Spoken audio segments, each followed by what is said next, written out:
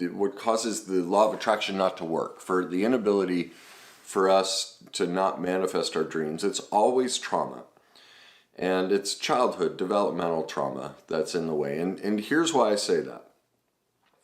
Because of the decades of research, the adverse childhood experiences, which shows that at least 70% of us have been through at least one horrifically traumatic childhood event, all right? Now, those were the things they asked are about really bad trauma. So that right there, I know 70% of the people on this planet have been through at least one devastating, horrific event. And of those people, 88% have been through two or more, all right?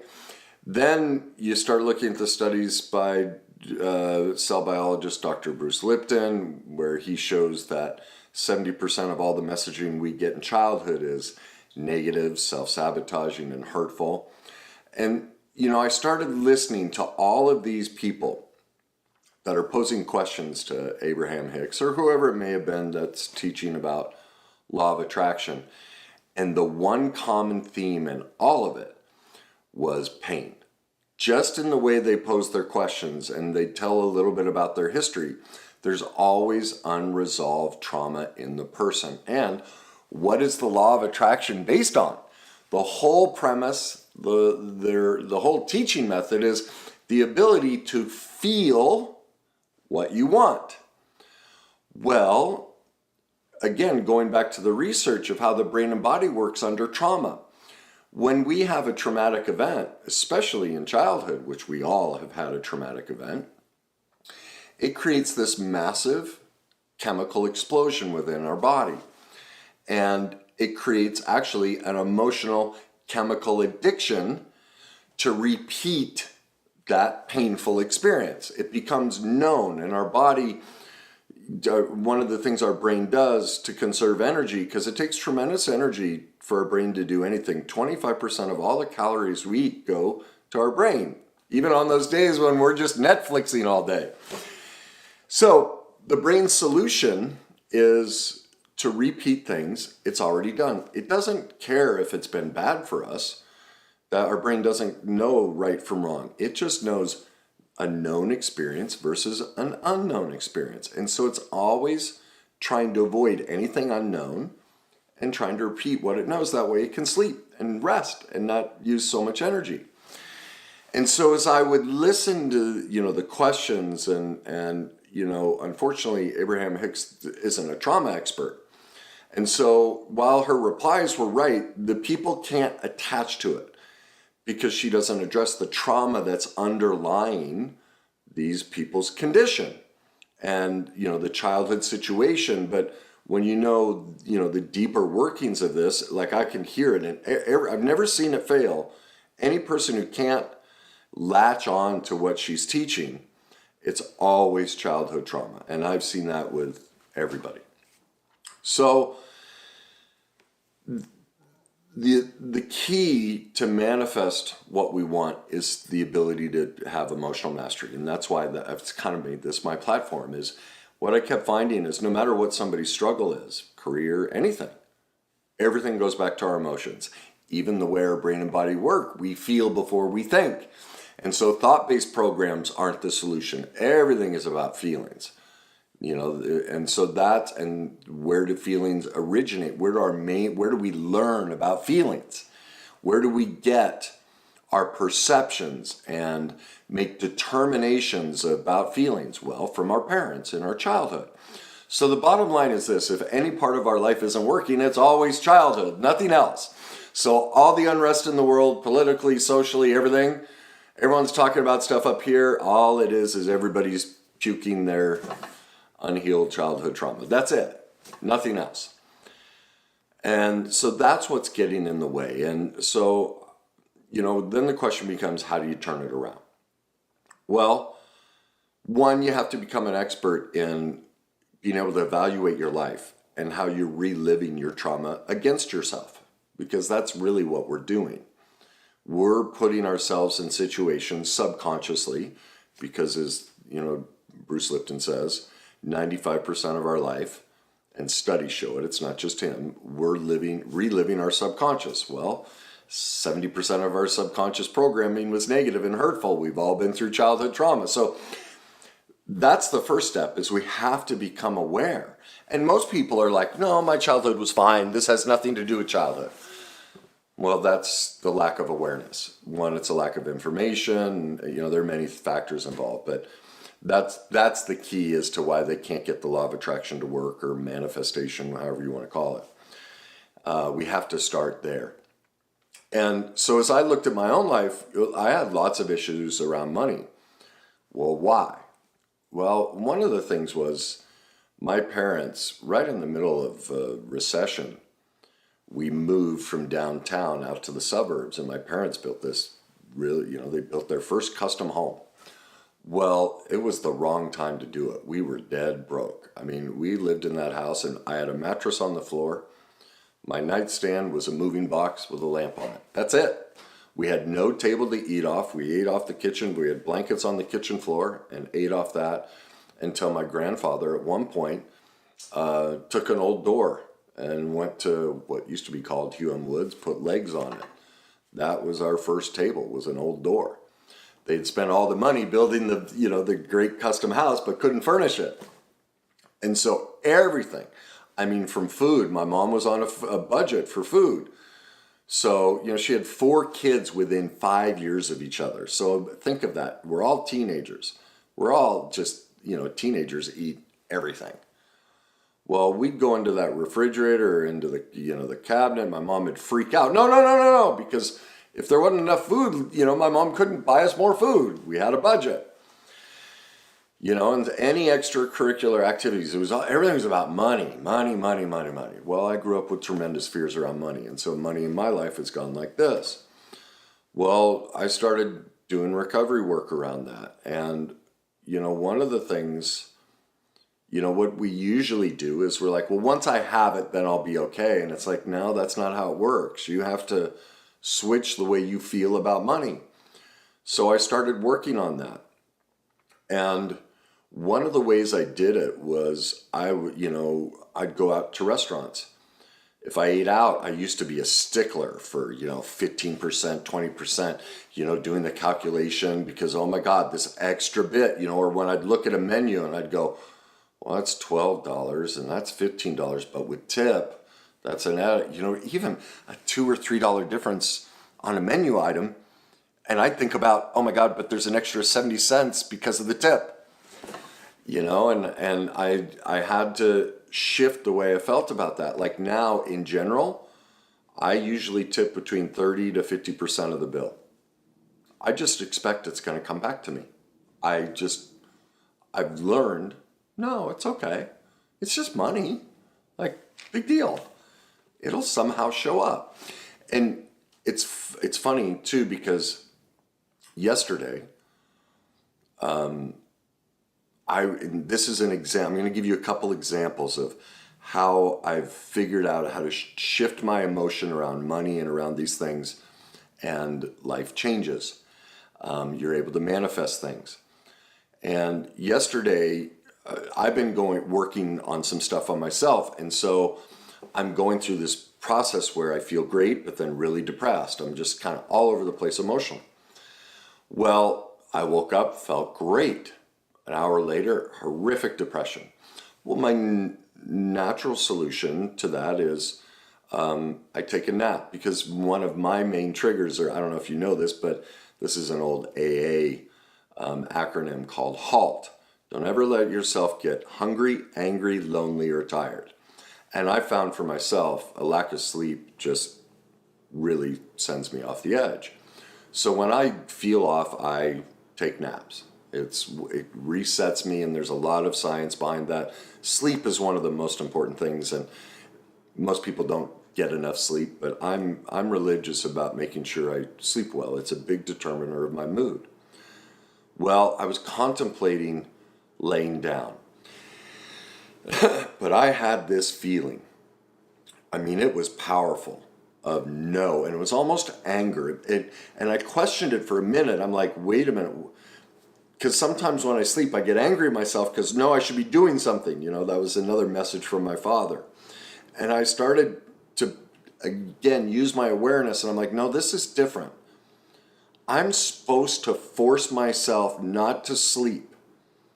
I don't know why, but see, because of the years of studying my emotions, learning about my emotions, I knew this feeling, while it looked similar to something in the past, I also knew it was this feeling over here, which means no, I can't sleep today. And what was fascinating is I go to restaurants a lot to just sit and read or do work, whatever, and there's a restaurant about 30 minutes away. And it's in a part of town, I haven't been in that part of town in 2-3 years. And I don't know why, but I started thinking about that part of town. And eventually I remembered that restaurant. I was thinking about that one and another one. And I looked them both up online, and something drew me to this one. I just had a feeling, no, that's the one I'm supposed to go to. Feeling, right? Well, I go there. Well, get this. I've been there, I don't know, 30 minutes, an hour, and I think she's a waitress, walks by and asks me what book I'm reading. I show her, and she just starts puking her life story of how she grew up with an alcoholic father and life's a mess, and she's been reading all these books and working with a counselor and can't find an answer.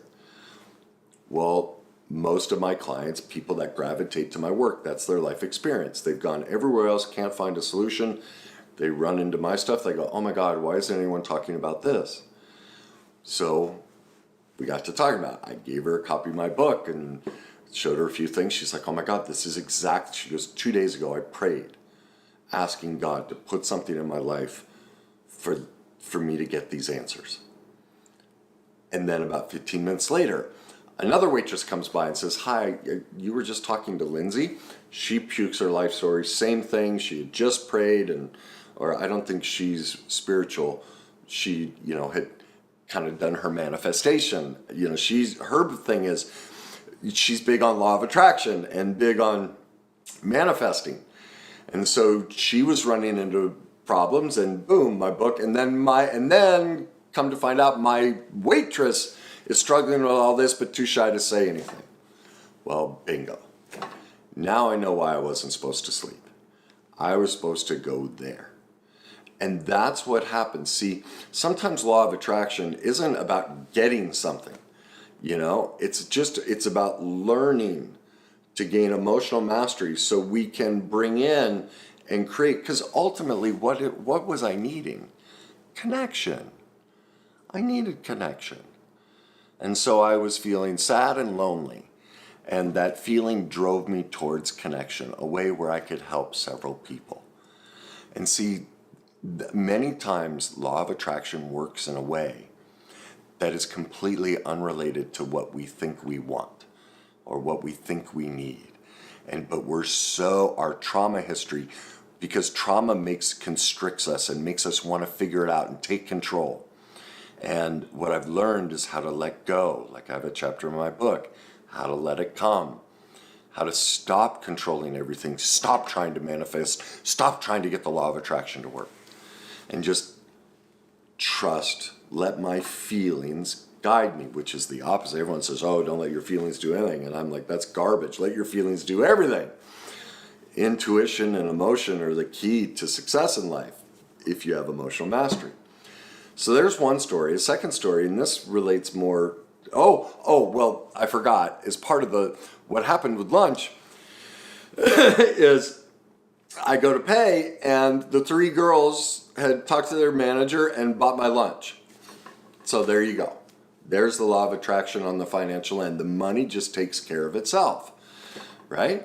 Now, on a more direct financial one is a story with my youngest daughter. And I'd taken her out shopping. And I'll never forget, there was this t-shirt, and she just loved it. And my daughter, since she was a baby, has always been tight with money, like good with money. I will never forget. We would go to this place, kind of like a Chuck E. Cheese, where you play games, you get the tickets, and then you can go buy stuff. And the stuff, like, you have to get 20 million tickets to buy, a bracelet. Well, they had this doll, and literally it was like 18,000 tickets to get this doll. In other words, you needed to spend about $150 to get a $9 doll. Well, we'd go every week. It was part of my visitation with the kids. We'd go get something to eat and we'd go hang out there. And that first day, she's like, I want the doll. And she holds her tickets up. She's like 6 years old, just adorable. And he's like, oh, that's not enough tickets. And I was like, what else do you want? She goes, no, I'll wait. And she did that like 6 weeks in a row. We're talking a 5, 6-year-old child going, nope, I'll wait. It was just so cute. She's, no, I'll wait. And I kept collecting the tickets. And finally, I went online, I found the doll, I bought the thing. The next week we went, I brought this gym bag, I snuck in the hand. I'm like, she's done this for 6 weeks. Like, she deserved, just pretend she spent enough money, give her the damn doll. But anyway, we were out shopping and there was this t-shirt and it was like 70 some dollars. Like, it was insane. And she just loved it. She's, no, I can't. It's too much money. I'm like, honey, it's on me. Like, if this is what you really want, if you think you'll really wear it and you love it, and we'll get it. It's okay. And she's like, no. And whenever we'd shop, even if I was paying, she was very thoughtful of, well, I got to think about it. And she'd go around, she'd grab stuff, and then she'd ponder, well, how much are really going to wear this? And we kept coming back to that t-shirt, and I said, I know you're worried about money.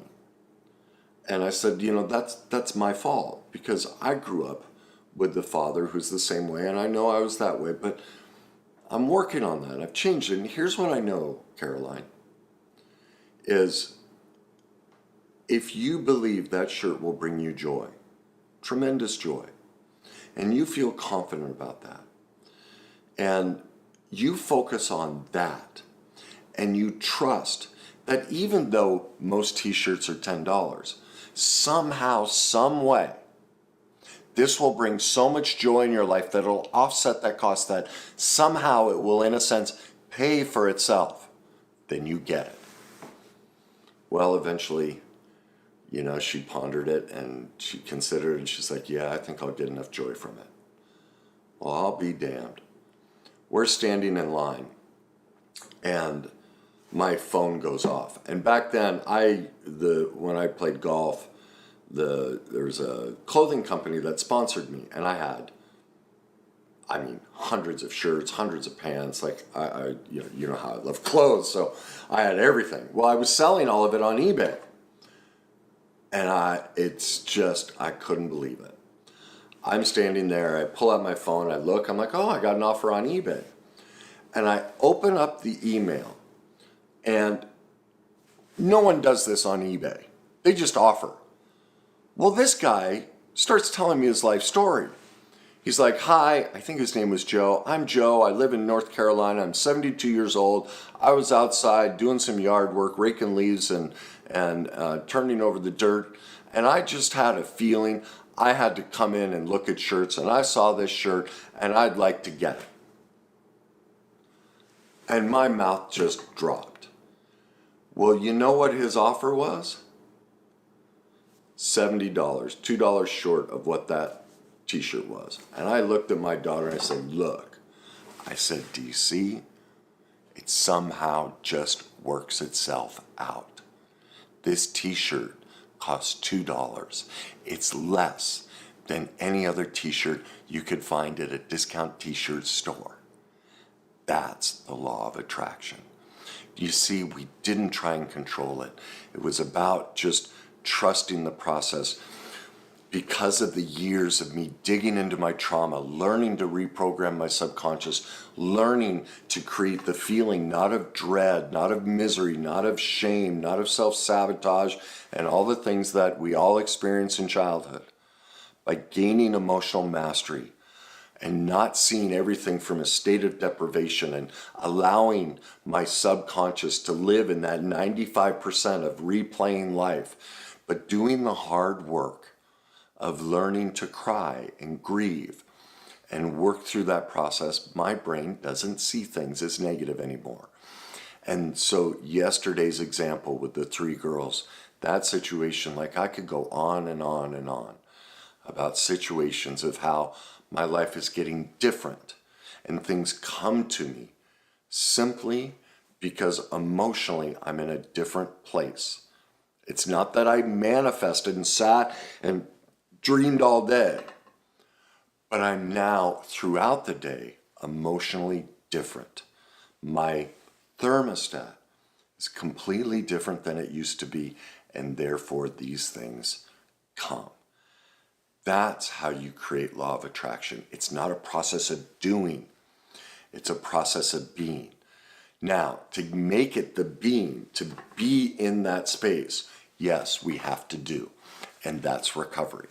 And so here are a couple of things that can help you. I have two exercises, free, what I call journey books, to help you on the journey on my website, thegreatnessuniversity.com. It's www.thegreatnessuniversity.com.